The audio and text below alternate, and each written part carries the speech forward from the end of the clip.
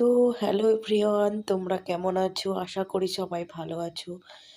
আমার তো প্রচুর শরীরটা খারাপ, পুরো জ্বর, সর্দি, কাশি, গলার ভয়েস শুনে বুঝতেই পেরেছো। যাই হোক, তোমরা সবাই আমার জন্য একটু প্রে করো যেন তাড়াতাড়ি ভালো হয়ে যাই। সামনে পুজো, তো পুজোর আগে এরকম অসুস্থতাটা আশা করিনি, কিন্তু হয়ে গেল, কিছু করার নেই। সবাই একটু প্রে করো। তো দেখো বন্ধুরা, আমি চলে গেছিলাম আমার মাকে ডাক্তার দেখাতে, মায়ের শরীরটা ভালো ছিল না। তো আমার ট্রেন রাস্তায় গেলে এই ঝালমুড়ি খেতে খুবই ভালো লাগে। তো দেখো, ট্রেন রাস্তায় থেকে তমলুক গেছিলাম। তমলুক অনেকে প্রায় চেনো তোমরা। ওখানে দেখো, দেখছি একটা কাকু ঝালমুড়ি বিক্রি করছে।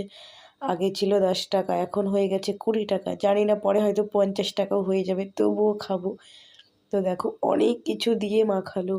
আচারটা দেখেই আমি বলছি ওই আচারটাই আমি খাবো, আচারটার জন্যই আমি নেব। তো দেখো, একটুখানি দিয়েছে, দুটো ঠোঙায় 20 20 40 টাকা পূরণ করে দিয়েছে। যাই হোক, কিছু একটা দিয়ে দিল।